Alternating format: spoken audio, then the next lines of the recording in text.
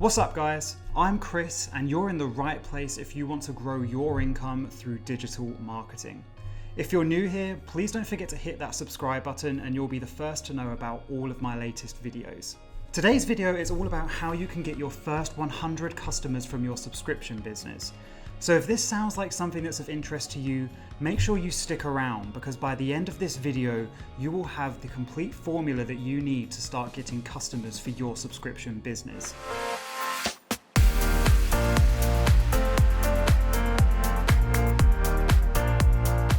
The number one mistake that most people make with their subscription business is really rushing through the product development phase. Now, one thing to remember is that with any kind of subscription business, it's your product that you're selling. So if you haven't got a great product, you can do all of the best marketing and advertising in the world, but people just aren't going to buy it.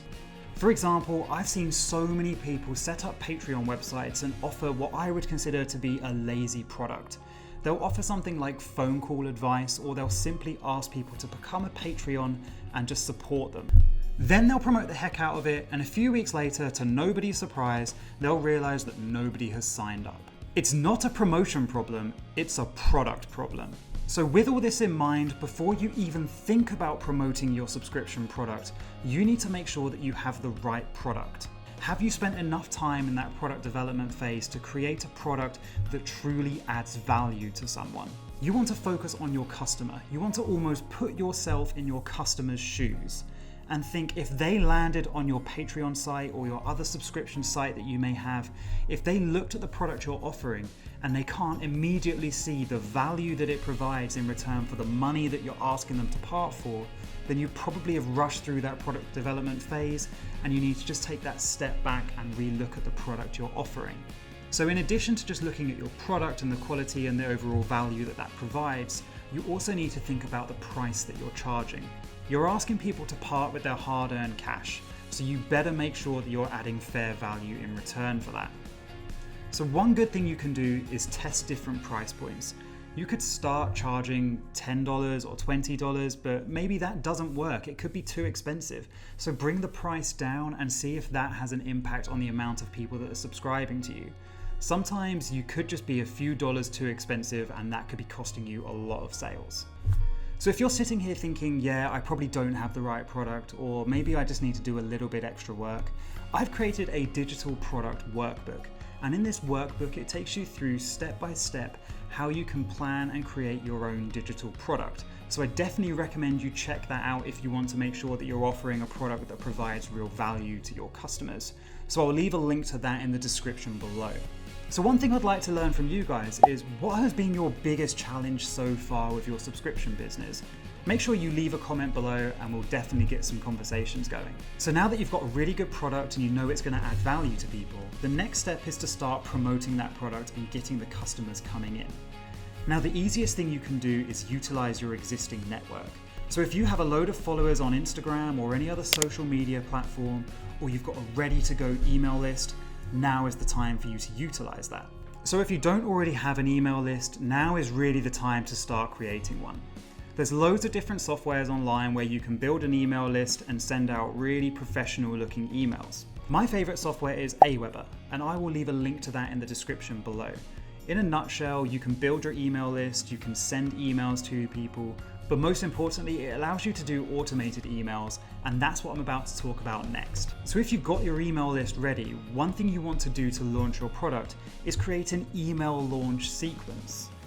Basically, this is a set of automated emails that take people through a journey with the ultimate goal of them signing up to your subscription product.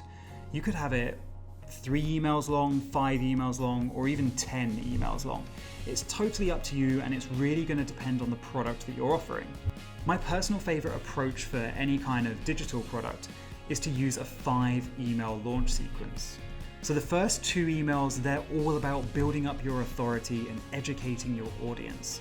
So for example, if you're a personal trainer and you're launching a subscription business where people can download fitness videos, you can start with your first 2 emails talking about particular fitness topics and really validating to your audience that you know what you're talking about and you are an authority in this niche.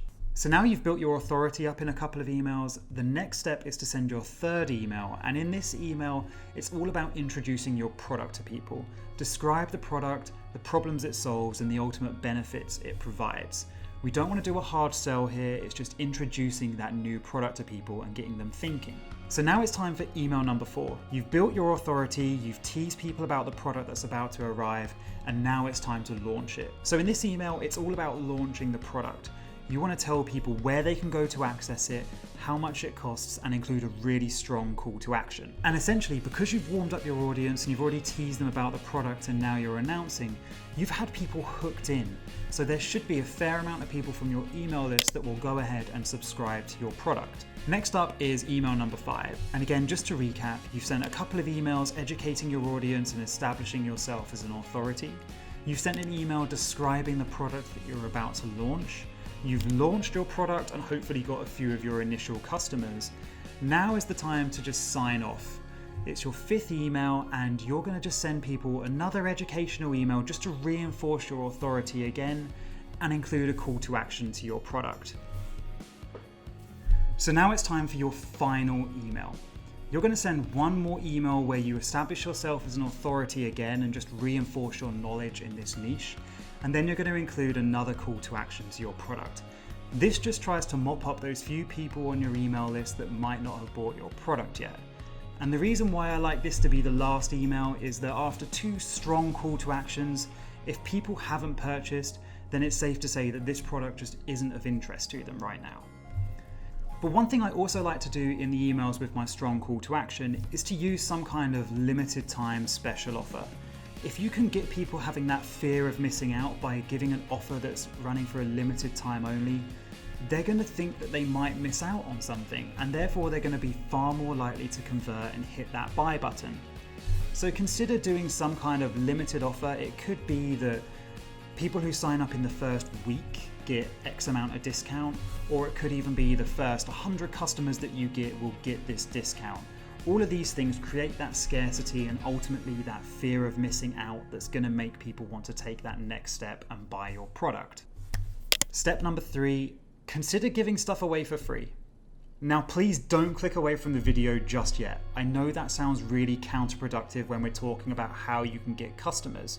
Nobody likes to give stuff away for free, but I'm telling you it is so worth it. Please just listen to this section.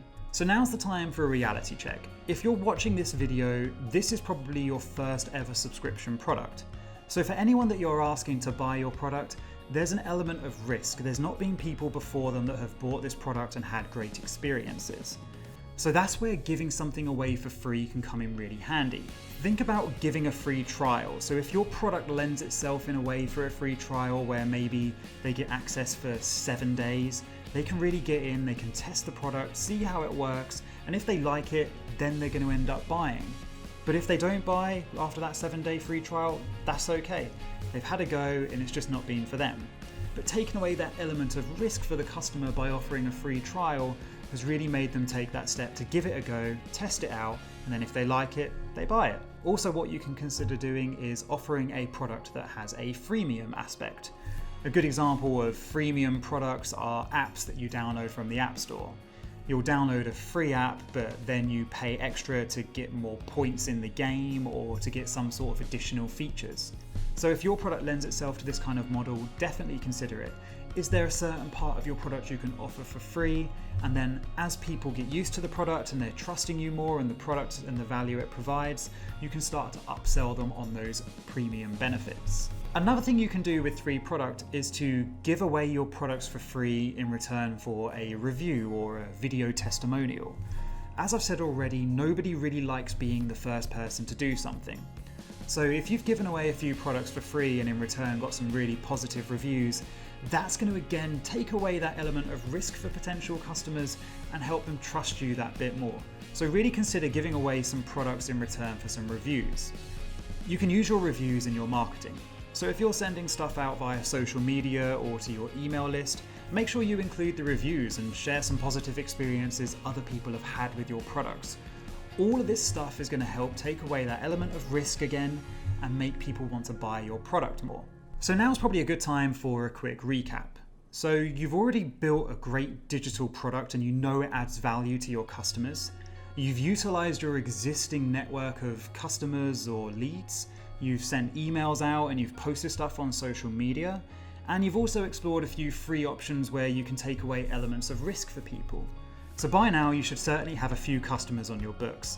So the next step is to take this product and bring it to a much wider audience. And a great way of doing that is finding brands or influencers that share a similar audience to you. You could contact these brands or influencers, offer to do a guest post or offer other kinds of content for them to use on their channels in return for them plugging your product. You have to put a bit of effort in creating content, but at the same time you're using their audience and their platform to reach new people that you wouldn't have otherwise reached. So a great way of getting the most out of these kinds of partnerships is to offer a discount code.